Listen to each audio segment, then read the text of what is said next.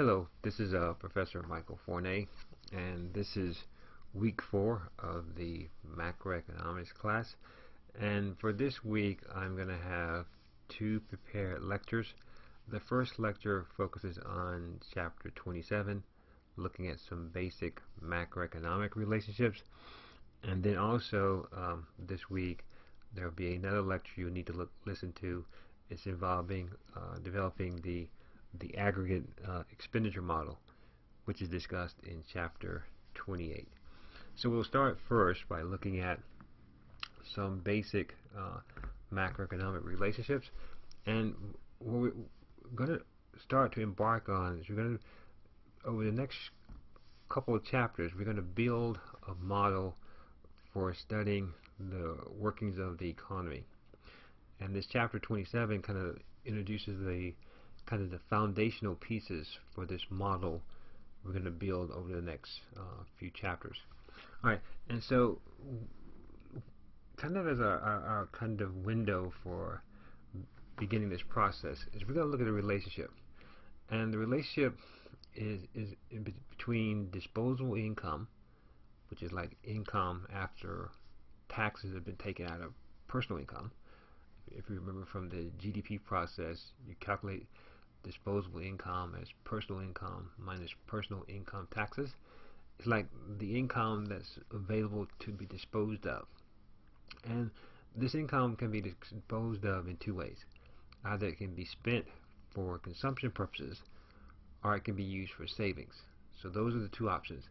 With disposable income, either you spend it or you save it. Now, of course, the consumption tends to be the preferred use of disposable income. The overwhelming majority of disposable income is used for consumption purposes, but there is some amount of disposable income that we're going to assume is allocated to savings. Now, the relationship between disposable income and consumption and savings is positive. That is, if disposable income increases, some of the additional income will be used for consumption, and some will be used for savings. So if disposable income goes up, consumption and the amount saved also will increase. So that they're directly or positively related. Alright? So just recognize that disposable income has two options. Either we spend it via consumption or it's saved. Now, to illustrate how this relationship using numbers, say for example that we have disposable income in the of let's say $2,400, and that at that level of income someone or something or some country is spending $2,500. Right? So if consumption exceeds the income, if more is being spent than is available in current disposable income, the extra expenditure has to be drawn from savings. So if consumption is greater than income, then you have to draw down savings, and when you draw down savings, the impact on savings is going to be negative, and we call that dissaving. So this table shows different levels of income increasing in increments of 600, different levels of consumption increasing in consistent increments of 500, and it also shows savings changing in consistent increments of 100. So what amount of income isn't spent, it is used for savings. So if you take C plus S, consumption plus savings, it always equals the total disposable income, because consumption and saving are your only two options for using your disposable income. Alright, now once the income is greater than the consumption, like for example if the income is $3,600 and consumption is $3,500, the extra income goes into savings. So as the income is going up, consumption goes up, and as income increases faster than consumption, the excess goes into savings. Right? More income, more consumption, more savings. So they are positively related.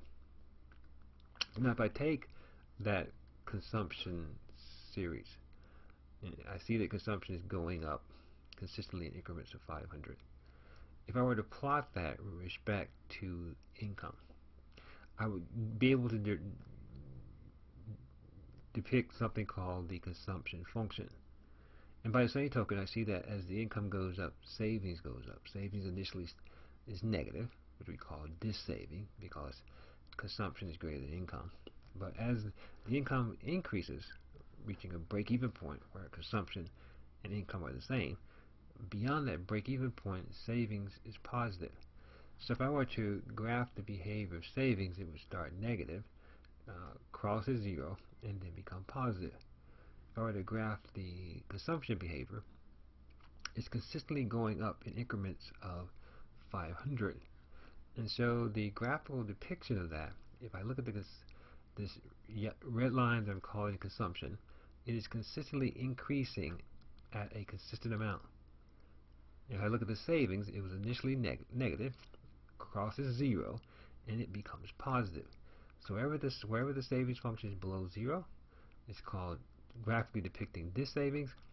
Wherever the savings is positive, that's actual savings. So savings is an accumulation. Dissavings is a reduction.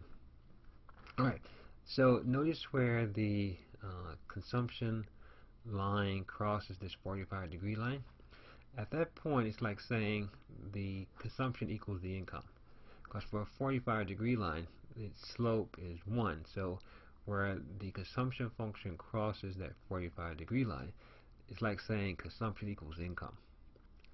And where consumption equals income, savings will be 0. So if C equals DI, S will be 0. Now if consumption is less than income, as here where the red line is below the 45-degree line, that means that savings will be positive. When consumption is less than income, savings accumulates. To the right of the break-even point, to the left of the break-even point, when consumption is greater than income, that means that savings will be, this saving will occur. So the savings function will be negative. Alright, so this is a graphical depiction of the relationship between income, consumption, and savings. Now there are several concepts when you're studying consumption and savings that you have to be aware of. The first two are known as the marginal propensity to consume, MPC, and the marginal propensity to save, MPS. And what the marginal propensity to consume tells us is defined as the change in consumption divided by the change in DI. If we go back to the previous table, notice that consumption changed in increments of 500. Income changed in increments of 600. So if I take the change in consumption, which is 500, divide it by the change in DI, which is 600, I will get the MPC. So you have 500 divided by 600, and that should translate into like 0.833. Alright, and so what the MPC would tell you is tells you how much consumption will change as income changes by $1. So if the MPC is 0.833, what that would mean is that every time income changes by $1, consumption would change by 83.3 cents. In a similar manner, the MPS, the marginal propensity to save, is defined as the change in savings divided by the change in DI. And if we go back to the previous table, notice that savings changes in increments of 100 and income changes in increments of 600. So if I take the 100 as the change in savings divided by the change in DI, which is 600, 100 divided by 600 should be like 0.167. So if the MPS were 0.167, we would interpret that to mean it tells us how much savings will change as income changes by $1. So if DI increases by $1, for example, savings will go up by 16.7 cents. Now, so if the MPC is telling us how much consumption would change for a given dollar increase or change, and the MPS tells us how much savings would change for a given dollar change in income, if you take those two components, the MPC and the MPS, they will always add up to 1. So if the MPC is 0.833 and the MPS has to be 0.167, And the reason why they add up to 1 is because we only have two options for the income. Either we spend it or we save it.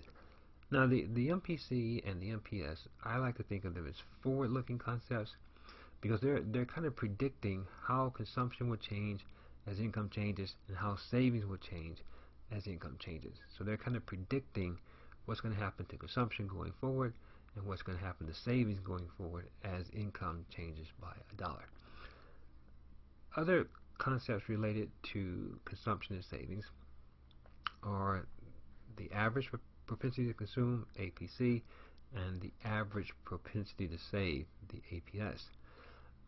The average propensity to consume is defined as taking total consumption and dividing it by total DI, total disposable income.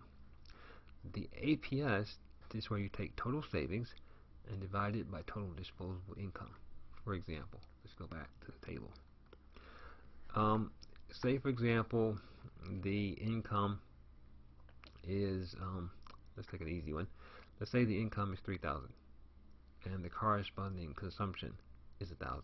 So if you take the total consumption, $3,000, divided by the total disposable income of $3,000, you would get an APC value of 1.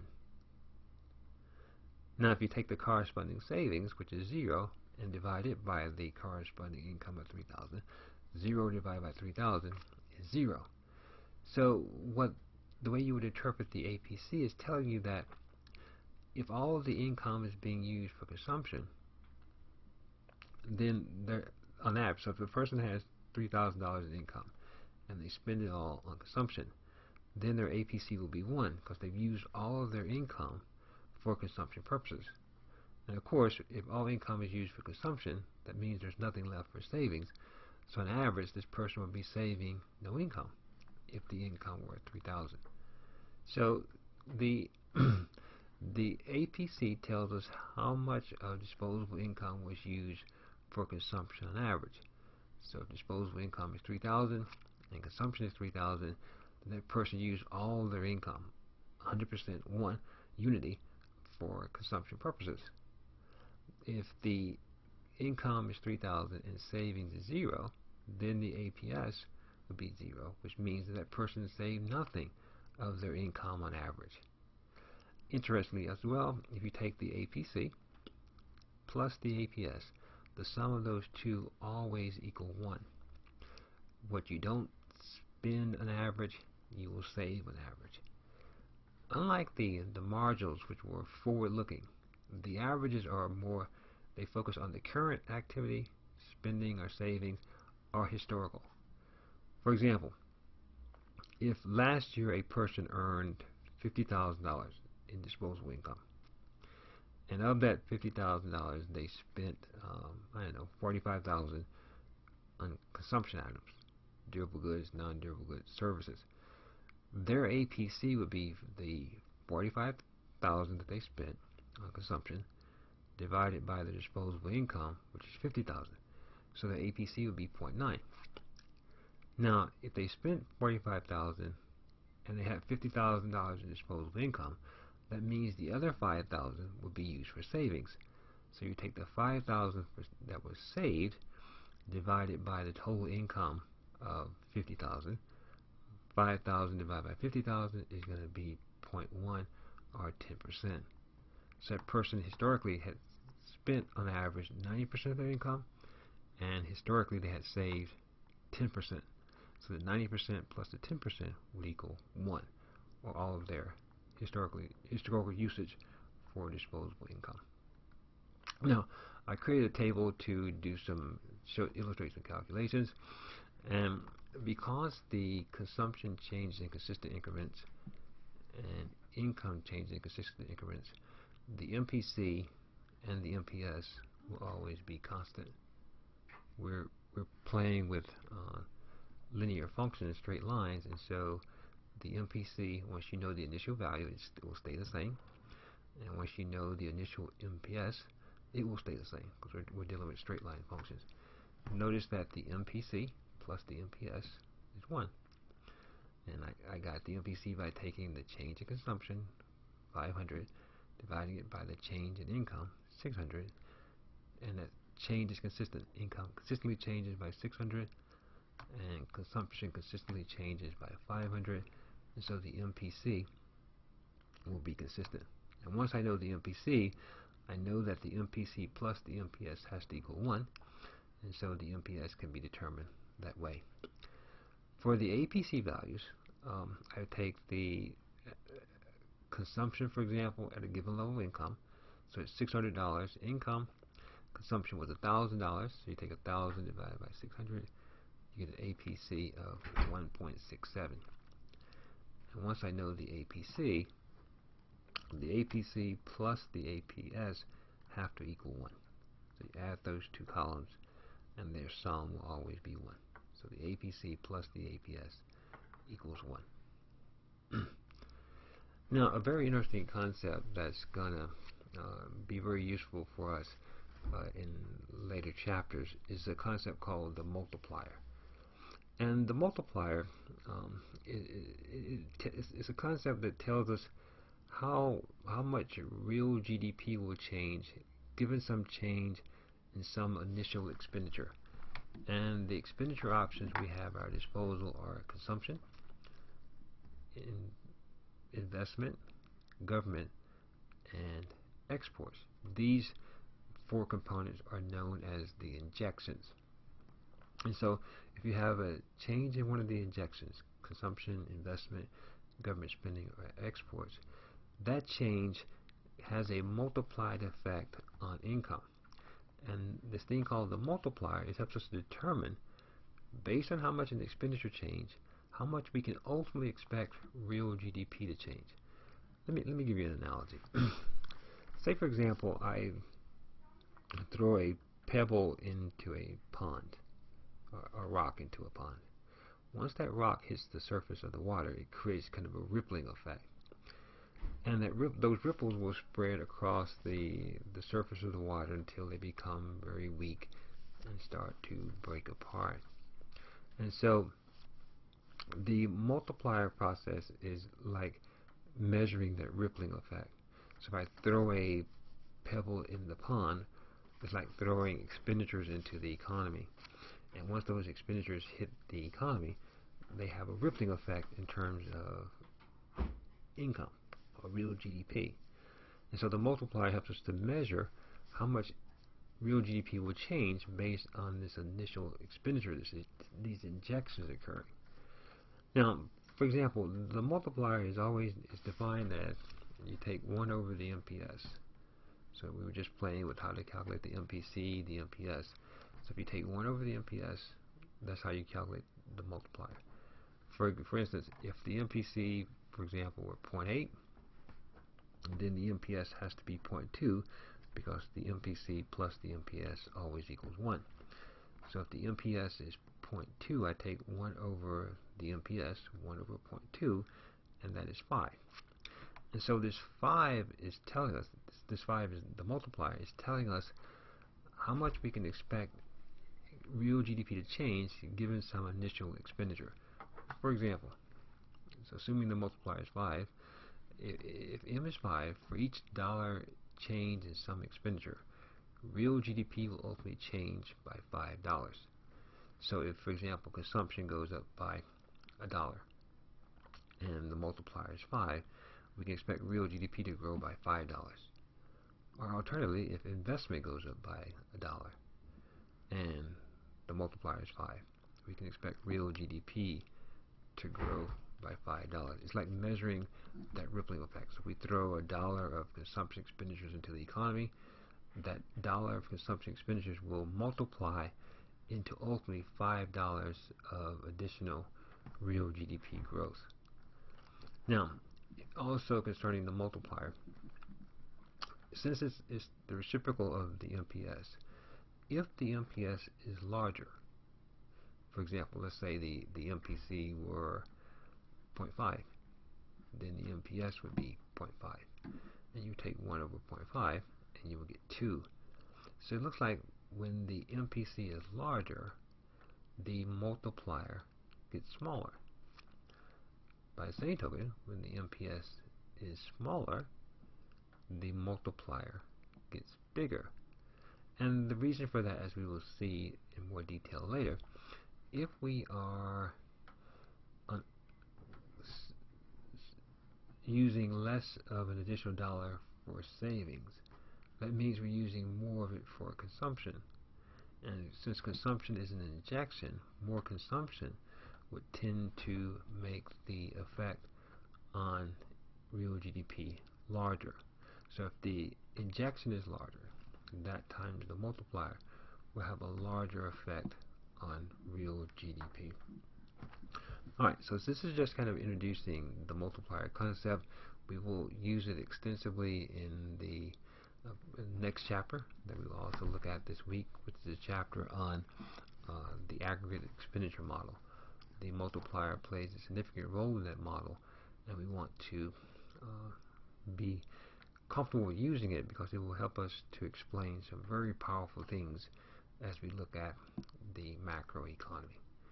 Alright, so this takes care of the first part of the lecture for this week. Please take a look at the lecture on the aggregate expenditure model, which is also a part of this week's activity. Alright, thank you.